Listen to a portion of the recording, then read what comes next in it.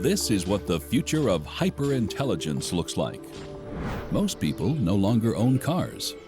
Instead, artificial intelligence operates fully electric, networked, self-driving vehicles. As a result, air pollution and traffic congestion plummet across the planet. Self-navigating aerial drones are on the front lines for disaster response and search and rescue missions. Most people live and work side by side with self-aware androids. These AI companions boost productivity and liberate humans from tedious tasks, completely revolutionizing modern life. I feel like I'm in a superhero movie. Today, scientists are blazing a trail to this very future. The fact that we're enabling the system to make its own decisions, I don't even know where to begin with that. I want to know what breakthroughs are being made. It's talking and it's having this dynamic conversation with you. That's the wonder. Machines can be self-aware in ways that we can't. That will forge the future to Oh my gosh, it's looking at me. hyper-intelligence.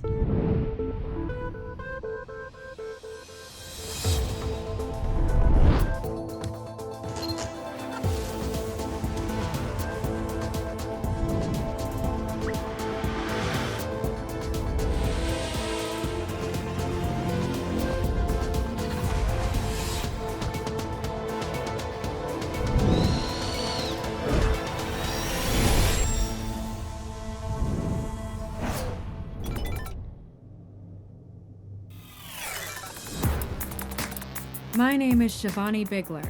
As an engineer and neuroscientist in training, I'm obsessed with artificial intelligence. As a kid, my father took me to tech and robotics trade shows, where I became dazzled by science. Every year, the inventions were smarter and smarter. Artificial intelligence has come a very long way in the last couple of years. Most AI technologies are programmed to think for themselves, to learn from examples, kind of like simulating human intelligence in a way that it learns from past experience. But how does AI actually work? In the future, will AI achieve human traits like emotions, consciousness, or even free will? And how will humans and robots work together? Today, the clearest road to the future is the self-driving car. Unlike a regular car, which is just a machine, a self-driving car is a robot that can make decisions. In the future, will every car on the road become driverless? To find out, I've come to a hotbed of self-driving car research, Pittsburgh, Pennsylvania. Every single person has started to have conversations about self-driving cars because essentially they're the future. But in order to understand it, we have to look under the hood.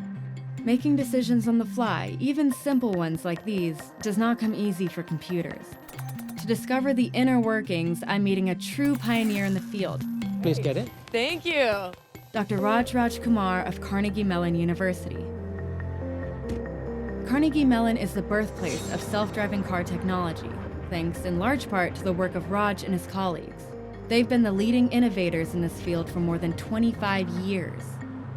So how does his self-driving car make decisions to safely navigate the world like a human driver? Should we get started? Yes, we can. Since Raj is distracted by our conversation, for safety reasons, the state of Pennsylvania requires another driver in the front seat to monitor the road. This is so cool. I'm nervous but excited. What's the longest you've ever driven a vehicle autonomously? We have gone hundreds of miles. Awesome. I'm going to go auto by pressing this button. Oh my gosh. It really is driving itself. While most self-driving cars are built from the ground up, Raj just bought a regular used car and hacked it with powerful onboard computer systems, making it more adaptable than other regular cars. We installed a bunch of sensors in them. It is able to shift the transmission gear. It is able to turn the steering wheel, apply the brake pedal and the gas pedal. It's really the software that runs on the computer that makes this capability really practical. And there are some very key fundamental artificial intelligence layers that tries to mimic what we humans do. To mimic human decision-making, most self-driving cars use a combination of cameras and advanced radar to see their surroundings. The AI software compares external objects to an internal 3D map of streets, signs, and transportation infrastructure. A map is something that is static in nature. Right. Traffic and people and objects are dynamic in nature. The dynamic information it figures out on the fly.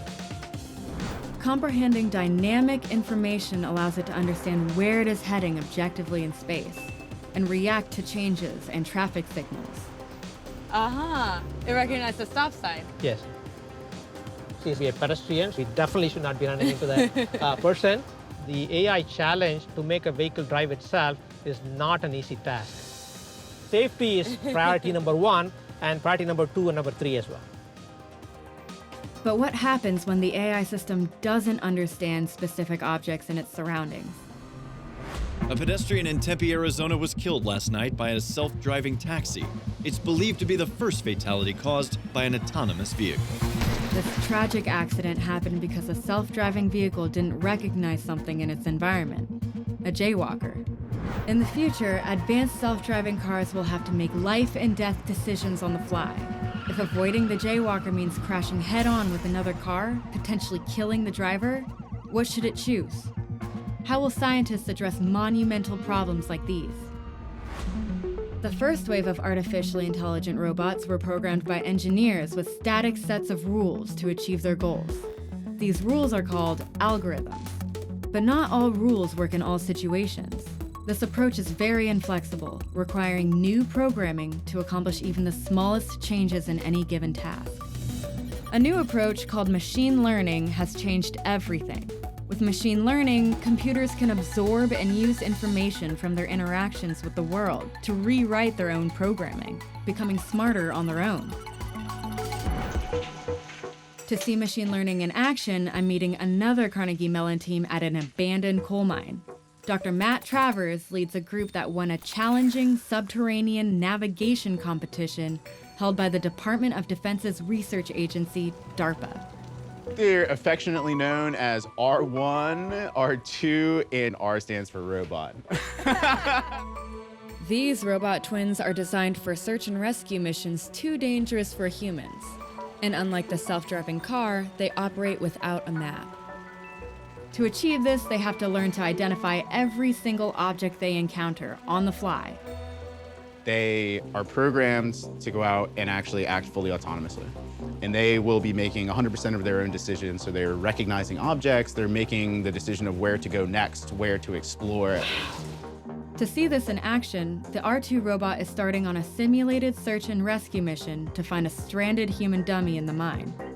Imagine having a map of a collapsed mine before you sent a team of people to go rescue someone in that mine, right? Like, it's a game changer. How the robot discerns elements in this environment parallels how an infant learns about her environment. A 3-month-old uses her senses to cognitively map out her environment and learn to recognize her parents. She ultimately uses this map to interact with everything in her world. Just like this robot. Okay, so we ready to roll? Artificial intelligence makes this learning curve possible. But how does it create its own map and identify a human on its own? And without an internal mapping system like the internet. Test engineer Steve Willits shows me how the R2 robot can detect a stranded person. When you're in a search and rescue scenario, that's the kind of situation where you'd want to deploy one of these. As it explores and maps the cave, it drops devices called signal repeaters to create a Wi-Fi network trail. It drops those just like breadcrumbs along the path. Using this network, the robot sends data back to home base to create a map. At the same time, the robot must look at every single object to identify the stranded human. So the LiDAR system is giving a full laser scan. LiDAR stands for light detection and ranging.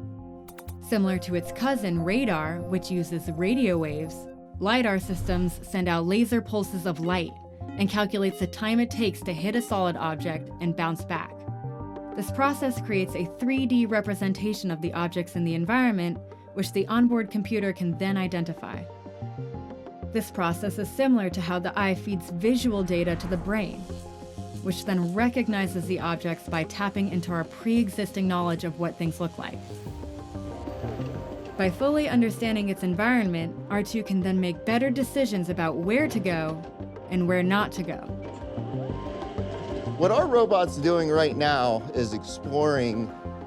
So the robot came to a junction, and off to the left, it could see that it couldn't get past. Right. So it saw the opening to the right, and that's where it went.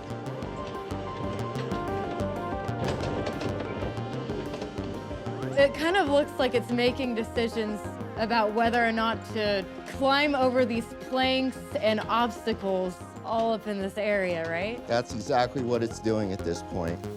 Just like a baby, R2 learns through trial and error. It's like a little dog wagging its tail. But there's no one here to rescue, so it moves on. As R2 continues to map out the mine, oh my God, a human! It stumbles upon its intended target. That is Randy, Rescue Randy. Hello, Rescue Randy. Scared me. With the discovery of Rescue Randy, the R2 robot can not only alert emergency personnel, but also give them a map on how to find him. That is incredible. It knows what it's doing. These incredible rescue robots are clearly paving the path to the future of hyperintelligence. In the future, autonomous exploration vehicles perform search and rescue missions in every conceivable disaster zone, even in avalanches atop Mount Everest. Incredibly, intelligent off-road vehicles are also mapping deep cave systems previously unknown to science, discovering a vast supply of rare earth elements essential for modern technology. Artificial intelligence will clearly save human lives in the future, but there's a lot of terrain on Earth that's too difficult to navigate on wheels. How will intelligent robots make their way over rainforests, bodies of water, or even mountaintops? In Philadelphia, Jason Derenick of Exyn Technologies is working to overcome this problem. What we focus on is autonomous aerial robotics to enable drones to safely navigate in unknown or unexplored spaces. Jason's team has built the first industrial drone that can fly itself, anywhere. Incredibly, these autonomous robots navigate without GPS and map their environment as they go. We focus on all aspects of autonomy, which includes perception, orientation during flight, motion planning, and then finally control. But going from 2 dimensions to 3 dimensions requires an increase in artificial intelligence processing. The mission for their drone is to fly independently through a 3-dimensional path from one end of the warehouse to the other. Starting mission, 3, 2, 1. Now, to mess with its computer mind, Jason's team places new and unexpected obstacles in its path. Will the drone recognize these unexpected changes? Will it get lost? Will it crash? Essentially, we have a gimbaled LiDAR system that allows the vehicle to paint a full 360 sphere around it in order to sense its environment. Like the robot in the mine, this aerial robot uses LiDAR to see. It actually generates a voxelized representation of the space, which you see here. And each one of these cubes in the space, it's trying to determine whether that cube is occupied or whether it's free space. The robot's onboard computer makes real-time decisions of where to go based on its visual input. Kind of like us humans. Incredibly, the drone recognizes the whiteboards and flies around them. One of the things about this system that make it particularly special is that it's actually being used in the real world to keep people out of harm's way. Autonomous drones like these are already at work in hazardous industries like mining, construction, and oil exploration. They safely conduct inspections in dangerous locations and create detailed maps of rough terrain. From a technological perspective, the fact that we're able to do everything that we're doing on board, self-contained, and enabling the system to make its own decisions, I don't even know where to begin with that. Self-flying robots like these will revolutionize search and rescue and disaster response. They could also transform how packages are delivered. But there are limits to what large, single drones can do. More complex tasks will require teams of small, nimble, autonomous robots. Dr. Vijay Kumar at the University of Pennsylvania is working with swarms of drones to perform tasks like play music or build structures cooperatively. He's also developing technologies to tackle some very big problems, including world hunger. In a couple of decades, we'll have over 9 billion people to feed on this planet. Of course, that's a big challenge. To take on a task this big, he's building an army of small flying robots with the ability to synchronize. We think about technologies that can be mounted on small flying robots that can then be directed in different ways, like a flock of birds reacting to a predator or a school of fish. You have coordination, collaboration, and it all happens very organically. Using AI to get robots to work as a coordinated, collective group is a daunting task. 3-5 years ago, most of our robots relied on GPS-like sensors. Today, we have the equivalent of smartphones embedded in our robots, and they sense how fast they're going by just looking at the world, integrating that with the inertial measurement unit information, and then getting an estimate of where they are in the world and how fast they're traveling. This I gotta see, and I'm gonna check it out virtually as a robot. I'm at UPenn, remotely in Vijay Kumar's lab. Sample my surroundings. Oh, I hit something. Hello. Hi. Vijay's apprentice, Dinesh Thakur, is my guide. Today we are going to show robots flying in a formation. Great, can we see how that works? Sure, yeah. The first step Dinesh takes in coordinating the drones is to provide them with a common point of reference. In this case, a visual tag similar to a basic QR code. Using only the onboard camera, these drones reference the code on the tag and visualize where they are in space. Using sophisticated bio-inspired algorithms, the drones then figure out where each other drone is within the collective swarm. These drones are communicating with one another, right? Yeah, right now they're communicating over Wi-Fi. It's so cool. Future versions of these drones will create their own localized wireless network to communicate. But for now, this swarm is a proof of concept. You've defined a formation and then they're assuming that formation? Yeah, I just say I want to form a line and the drones themselves figure out where they should go. Once they figure out where they are in relationship to each other, they can then work together to accomplish a shared goal, like ants working as a collective entity. Once they can coordinate between each other, we can send them out and doing specific missions. That's really cool. Swarms of flying robots have their advantages. Unlike a single drone, self-coordinating swarms can perform complex operations, like mapping, much faster, by working in parallel and combining their data. And losing one drone in a swarm doesn't doom the whole operation. Vijay imagines employing his advanced swarm technology to work on farms. This precision agriculture will help feed the world's growing population. We'd like robots to be able to roam farms and be able to provide precise information about individual plants that then could be used to increase the efficiency of food production. That would be a huge impact in a world. This is our duty as responsible citizens and as responsible engineers. This high-flying approach towards resolving the problems of the future is definitely a path I can get on.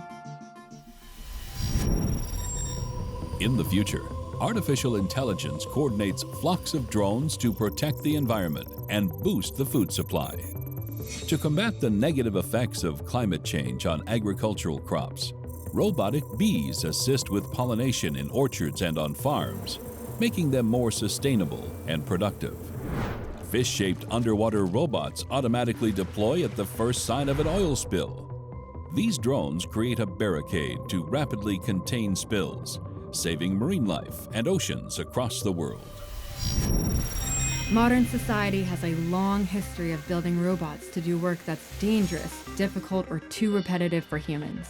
AI is poised to automate all kinds of tedious work, ranging from factory work to taxi driving to customer service.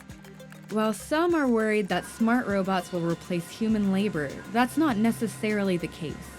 As a sector, artificial intelligence is expected to generate 58 million new types of jobs in just a few years. So what will the future of human-robot interaction mean for our work and livelihoods? I'm at the Massachusetts Institute of Technology to meet Dr. Julie Shaw. She's leading groundbreaking research in human-robot collaboration. My lab works to develop robots that are effective teammates with people. Julie and her team are creating software that helps robots learn from humans, even giving them insight into different human behaviors. By being aware of real people, robots can directly work and interact with them. How do you teach these robots or machines to do these human-like tasks? The first step, as it would be for any person, the first thing they do is become immersed in the environment and observe. And then we need an active learning process. The robot needs to be able to communicate or show back to the person what it's learned. We don't want the robot to learn the direct sequence of actions. We want the robot to learn this more general understanding. That's ultimately our challenge.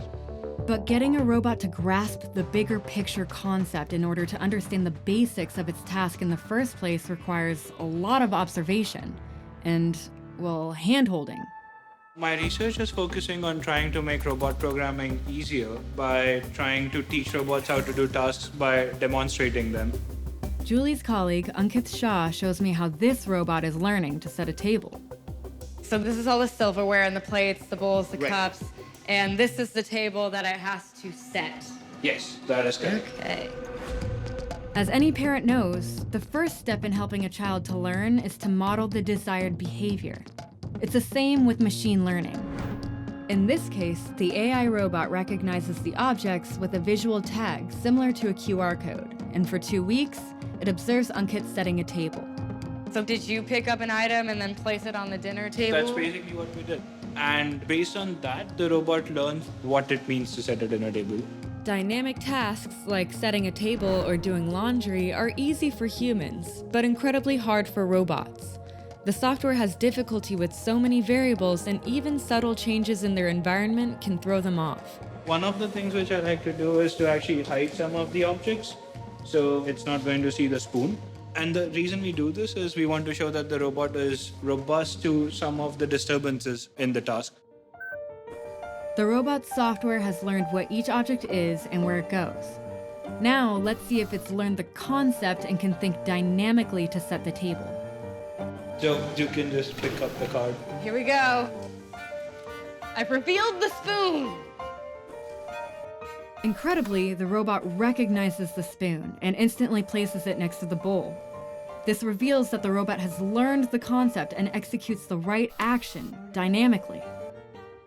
In the process, the software is continuously writing and revising its own computer code. Basically, it's learning. If, like humans, robots can grasp the bigger picture context and not just the mathematical tasks, will AI-driven robots of the future spell the end of having to work? The key aspect is not developing AI to replace or supplant part of the human work, but really understanding how we fit them together as puzzle pieces. People work in teams to build cars, to build planes, and robots need to be an effective team member. It's real teamwork. As if you're in a basketball game, you have your goal, right? And you have to think spatially, who am I gonna pass the ball to? And at what time you do that so that everything matches up. The analogy of a basketball team is outstanding because we actually need to know spatially where they're going to be, and the timing is of critical importance. And so we need to develop the AI for a robot to then work with us. One of the most difficult aspects of creating hyperintelligence is actually something that even we humans sometimes get wrong, and that is anticipation. Anticipating what a teammate or coworker might do requires understanding of contextual information on a much more sophisticated level, and predicting what will happen next. Can robots make predictions as accurately as we can? Abby's our industrial robot. Penn Lesota is giving this Abby machine the intelligence necessary to help it anticipate a human coworker's action. This is a simulated manufacturing task that we have set up to simulate some sort of task that a person or robot could feasibly work on together. For safety reasons, actual human-robot interaction is, at present, fairly minimal. Typically in a factory, you would see these guys behind a metal cage, and you wouldn't have people working with them. So what we're trying to do is make something that a person could safely interact with. What is human and robot supposed to do together in this task? In this task, a person's placing fasteners in some surface of a plane and a robot applying like a sealant over to seal in. Okay, can we see it happen? Sure. In order to work together, the robot must first be able to see and recognize the actions of its human counterpart and adjust to the person's every move. Ooh, feel like I'm in a superhero movie. So the cameras in the room can see these lights and track your hand so that your hand doesn't get cut off by the robot. That's right, yeah. So the cameras and the lights basically work as eyes for the robot. So that's how the robot knows where I am. The monitor shows the visual representation of the room that's inside the robot's mind. So this is what the robot might be doing if, I'm not in its way and the robot's just sealing and I'm not supposed to be here. PEM does something the robot has no way of expecting. If I put my hand in a robot's way. Oh, wow. By quickly understanding this human action, the AI software reacts accordingly. By stopping. It's important to be able to share the workspace. Building on this sense of teamwork, PEM's next step is helping Abby anticipate where he will move next, based on subtle, contextual cues. So in this case, the robot will not only track which actions I've done so far, but also anticipate which portion of the space I'm going to be using. Okay. And when it's planning its own motions, it'll avoid those locations so that we can more seamlessly work together. Oh, okay. So what you'll see now is after I place this bolt, the robot's going to predict I'm going to go to this one next. So what you'll see is it'll behave in a different way. So now that I place this bolt, the robot kind of takes a more roundabout path that allows me and the robot to work more closely together. And I don't have to kind of worry about it crashing into me because I can see that it's trying to avoid me. So similarly on this side, I place this bolt. You see the robot takes a more kind of like roundabout path. Yeah, because you're going to go there next. next. It's slowed down because it's close to me. Right. Work together at the same time. So not only is the interaction more efficient in that the robot's not spending too much time standing still, it's safer because the robot's not constantly kind of almost hitting me, and also feels nicer for the person working with the robot. I really love this theme of teamwork. Programming robots to coordinate with us and anticipate where we will move won't only revolutionize the workplace, but it will also change society at large. In the future, the coordination of man and machine is so advanced that this collaboration increases productivity and accuracy in most industries. AI robots now accompany surgeons in hospitals across the globe. They anticipate the doctor's needs and hand them the appropriate medical tool just before it's needed. This dramatically reduces surgery times and human error. As machines become smarter in their interactions with humans, will they ever develop consciousness? And will artificial intelligence actually surpass human intelligence? While some machines have exceeded human ability in games like trivia, now we come to Watson, and chess, these AI systems were designed to master just a single skill. These programs use brute force computer processing power and specially tailored software to beat their human opponents. To achieve the holy grail of hyperintelligence, scientists must develop systems with flexible, human-like abilities to both learn and think. This form of smarts is called artificial general intelligence. I'm back in New York City on my own campus at Columbia University to meet with Dr. Hod Lipson. Hod's lab is developing creative robots that paint original artworks, self-assembling robots, and even robots that learn about their world without human assistance. But his ultimate goal is even more ambitious.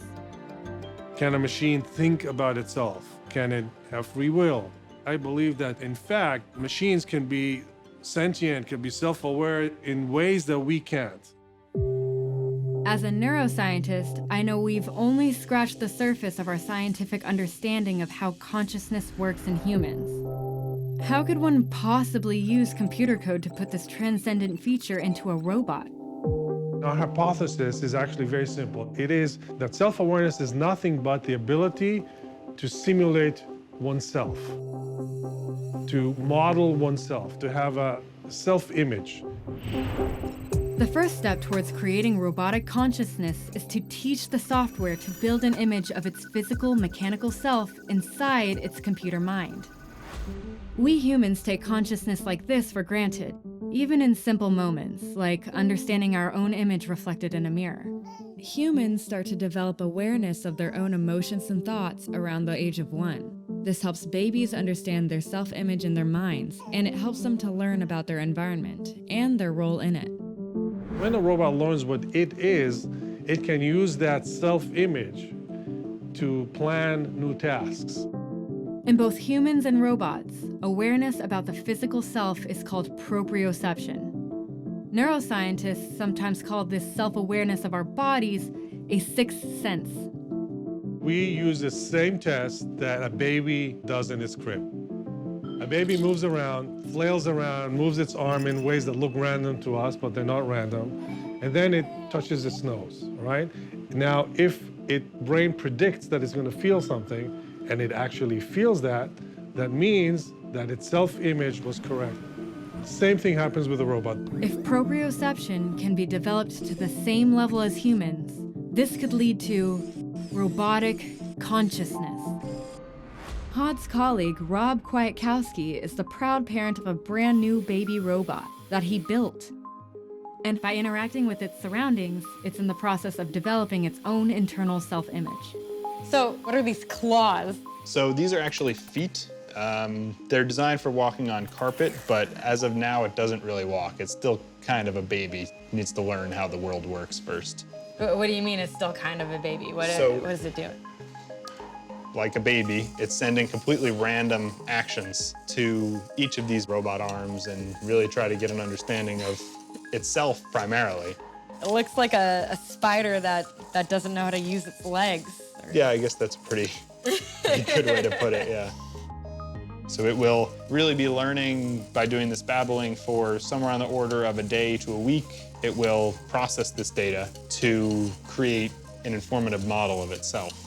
And from there, imagine how it would walk, and then execute that walking in the real world.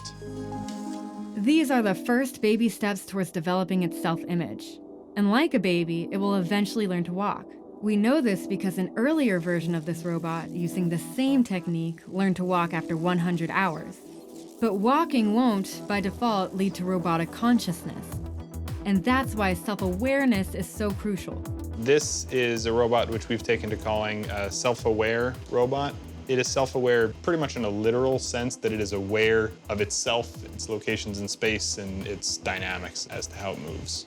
Okay, so it kind of understands its own movements and where it is in space. How does it do that? By leveraging this technique, which has become popular in recent years, called deep learning. Deep learning is a form of artificial intelligence that, like the human brain, learns through raw data, unsupervised and without structure. Deep learning gives machines the ability to experience and process reality, like us. Rob has devised an experiment to test what this robot knows about its world. You could think of it as if you're looking at these red cotton balls. You have some idea in space as to where they are. Right. Now, if you were to close your eyes and try to pick them up and put them in this cup. So obviously it's not a trivial task. No. But it's not the most difficult task in the world because we have a good proprioception. We have this good model of yourself. You know where your arm is in space relative to other things that you see in space. But for this robot, there's a catch. So where are the cameras? So there's no camera. It's None. as if you were to close your eyes, you know the locations at the start, and it's picking it up and placing it completely blind. Furthermore, it was not given a map or any formal instructions. The robot simply has to feel its way through the task. All right, let's see it. Give it a shot. First, the robot learned how to use its arm through trial and error, developing a sense of proprioception. By exploring its surroundings, it generated an internal representation of the world and its place in it. The robot is using only its internal image of the external world to maneuver its arm to pick up all 9 balls and place them in the cup. I'm not sure that's something I could do with my eyes closed. Huh. It's really just based off of understanding where you are in space. Yeah, that's right. Creating AI robots that have an internal model of their world is an important step towards machine self-awareness. Self-awareness is sort of a similar proprioceptive capability, but applied to mental thinking. So if they think about thinking, they think about what they are, because once you can do that, it means you can plan things into the future. Once robots become self-aware, they will need advanced ways to communicate with humans. Keyboards and screens are inadequate for complex thoughts. Robots will need to learn to speak and have natural conversations, like a baby who listens to those around her and learns to talk. Laying the groundwork for this kind of human-machine interaction is pioneering scientist Barbara Gross of Harvard University. Her seminal work in what's called natural language processing directly led to the development of voice-activated artificial intelligence. You know, like Alexa or Siri. Natural language processing actually predates artificial intelligence and started with machine translation efforts. The ability for a computer system to carry on a spoken dialogue with a person has been a long-standing goal of artificial intelligence research from its inception. And it turns out this is a challenge because when you speak, what you say really depends on the context in which you say it. Another challenge is the meaning of words can change depending on how they are delivered. So one example is the contrast between saying, "That's fabulous," and "That's fabulous." Also, when we have a conversation, we mark paragraphs at the beginning with a rise in intonation and a fall at the end. So there's a whole way the speech signal tells you something about the context and something about the intended meaning. Barbara's early research led to methods for programming computers to understand the meaning of spoken language by using clues from a person's tone and context. So let's flash forward. The speech systems are amazing now because there are lots of recordings of people speaking that they can build their systems on. As a result, AI has gotten much better at understanding what people say. However, there is still room for improvement. The systems that do exist are pretty much focused on very narrow tasks. Let's take Siri and Alexa as examples. They're mostly oriented around a single question or a single request. And they presume that anybody will stay within the range of behavior that the designers imagined. So, researchers are turning to machine learning. By training AI with hours and hours of human conversation, they can learn to better understand the context of how humans converse. Future versions of this technology will allow us to have natural conversations with our computers. One of the things that's amazing to me is that the fields have succeeded so well that there are devices out in the world that people use every day. I never dreamed that would be the case in my lifetime. Hyper-intelligent natural language AI will change the way we interact with our computers and robots. But this advanced technology will never reach its full potential as human companions until it looks convincingly like us. I'm in Los Angeles to meet Hao Li. His company Pinscreen is giving AI a human face. They're developing cutting-edge techniques to create hyper-realistic digital avatars in an instant. One of the hardest things to bring to the virtual world are humans, right? And specifically faces. To create believable faces, Hao is relying on complex AI algorithms. It's an artificial intelligence that actually digitizes yourself into the computer by just looking at a single image or partial information. And it's not just a 3D model, a static one, but it's one that can also be animated and brought to life. Other methods of generating lifelike avatars need to capture multiple angles of a face in motion, and they can take hours to render, but not Pinscreen's technology. I can show you real quick how this works. Do you want to see? Yeah. Incredibly, his software also allows him to superimpose any face he wants in real time. So if I do this blue face is basically a face tracker. So in real time, it's actually modeling my face in 3D. So if I move around my face, the blue mask is basically a three-dimensional representation of my face. Wow. It's kind of like a green screen. Sort of like, right? Like a Hollywood CGI film, the computer dynamically models Hao's face and tracks his movement on the fly. Click on him, turn myself into Putin. Wow. Right? And it's basically generating the whole thing in real time right now. Oh my gosh. I feel like Putin's talking to me right now. Political leaders aren't the only thing How can generate. You're gonna be Tom Cruise. There's Audrey Hepburn. Oh wow, look at you. You're so pretty. It's generating all the pixels in real time. These teeth are never seen in this picture. So it's predicting what your teeth would end up looking like? These aren't even your teeth. Yeah, these are not my teeth. It's actually generating. Oh my goodness. How believes that software like this will give a more human face to the digital world. Ultimately, this will result in friendlier-looking androids and even virtual beings. I have been hanging with my dog for a while. Do you have pets? I have 3 toy poodles. Someday, we're actually going to interact with virtual beings that are going to assist us in our life. Imagine instead of talking to Siri or Alexa, you're talking to a face, right? And it's the best way to communicate is to have a face-to-face communication. And AI provides you perfect companionship. This kind of technology will give AI a face that most people can relate to. Are you human or are you artificial intelligence? That is a very interesting question. I think I am human, but I am artificial intelligence. Hyper-intelligent companions could usher in a more helpful and hopeful world. In the future, AI-powered virtual beings that look, talk, and even think like real humans are commonplace. These holographic assistants take care of many aspects of daily life, ranging from fashion advice to business consultation. Their faces and wardrobes can be customized depending on their role. When a doctor is required, these virtual assistants play the part and are always on call. Armed with the latest medical knowledge, they accurately diagnose most common diseases. The same technology is also capable of capturing the image, voice, and life story of loved ones.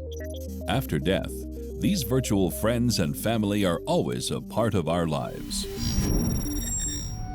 Even if engineers can create lifelike robots that look like humans, called androids, in order for AI to become true companions, people will need to feel comfortable embracing these androids figuratively and literally. I'm outside San Diego to meet Matt McMullen, the founder of Real Botics. Matt is building androids that people will want to embrace, physically. The goal is to create not only a robot, but an AI that are both appealing enough that someone would feel like they were actually getting to know someone, not something. Once the sculpting and casting is complete, members of Matt's team mold the silicone skin on an actual functioning robot. The faces are actually modular. The face just literally comes off. Yes, it does. The idea is you create one robotic head and a whole bunch of different characters that can all run on that same head. So all of the things that move in the face are actuated by these magnets that are in the skin. Matt's team of programmers use artificial intelligence to create advanced chatbots for these robots. The goal is for them to have natural conversations with their companions. It's blinking. Yeah, she's a blinker. This is a test of my system. Oh my gosh, it's looking at me. Hello, how are you today? I'm okay. I'm fine. I'm doing just fine. How are you? Why do you ask me that? You know, because I care about your feelings. Speech is only one aspect of human communication. Facial expressions are hugely important in social interaction. So Matt is incorporating this non-verbal communication into his androids. The vision system that we're working on, she'll be able to look at you and detect your emotion by the expression on your face, by the temperature of your skin, and all these other things. Communication verbally and non-verbally, or is key, right? Yes, exactly. It looks remarkable. It's moving, it's talking, and it's having this dynamic conversation with you. That's the wonder. I can imagine some people might walk in here and say, oh, look, a sex robot. The thing is, to make a really impressive and good sex robot, you actually have to make a good robot in the first place. But I think that the longer-term goals are going to be to create these systems for people to use in whatever way they see fit. Matt is building these androids for a wide range of applications. We're creating human-like robots that we think can be used for a huge variety of things. For people who are lonely, whether they're old or maybe they're socially isolated, or maybe they suffer from social anxiety. Androids with a friendly face could keep the elderly company and monitor their health. Armed with artificial intelligence, these androids could take on other qualitative roles. I think therapy is a huge one. Using the robot as a safe conduit for communication and letting people really open up because they don't feel like they're being judged by something like this. Yeah. Companion androids like this will forge a future where nobody will ever have to feel alone again. While lifelike human androids and virtual beings have the potential to enhance human social interactions, there are ethical concerns as well. Using artificial intelligence, it's possible to hijack a person's physical identity. There's one very big problem in the whole thing, which is privacy. What if I would do something harmful to you? And when you say harmful, you mean reconstruct somebody and have them say something that they would never say or never do. Right. Digital fabrications like this are already emerging online in what are called deepfakes. I can go on your website, take a picture from it, and then create some content with it without your consent. Also dangerous, swarms of AI-driven drones could be used in terrorist attacks. Can drones be weaponized? Of course they can be weaponized. These scientific breakthroughs yield results that can oftentimes be used against humans. So you have to be held accountable for what you developed, and it's our moral responsibility to think about the broader consequences. When it comes to ethical considerations like these, I still feel hopeful that science, technology, and human ingenuity will find solutions to these big problems. The potential for artificial intelligence to profoundly improve society, to improve jobs, to improve healthcare, to improve education is enormous if we do it the right way, trying to build computer systems that assist them in doing what they're doing better. Technology is more likely to provide some tools that will allow us to become superhuman, augment our intelligence, to make better decisions and to get better insights about the world. Future versions of this technology will become even more intelligent than us humans. I believe there's no doubt robots will exceed human capability. I mean, the path is very clear. Whether it's going to take 20 years or 200 years, this is maybe the most powerful technology we've ever invented. The potential of AI is limitless. Whatever big idea you can think of, you can ultimately probably program a robot or a computer to carry out your vision. And in the right hands, this technology has the potential to radically transform every part of daily life for the better. A true partnership with hyper-intelligent robots, with their intentions aligned with our own, will transform humanity for the greater good.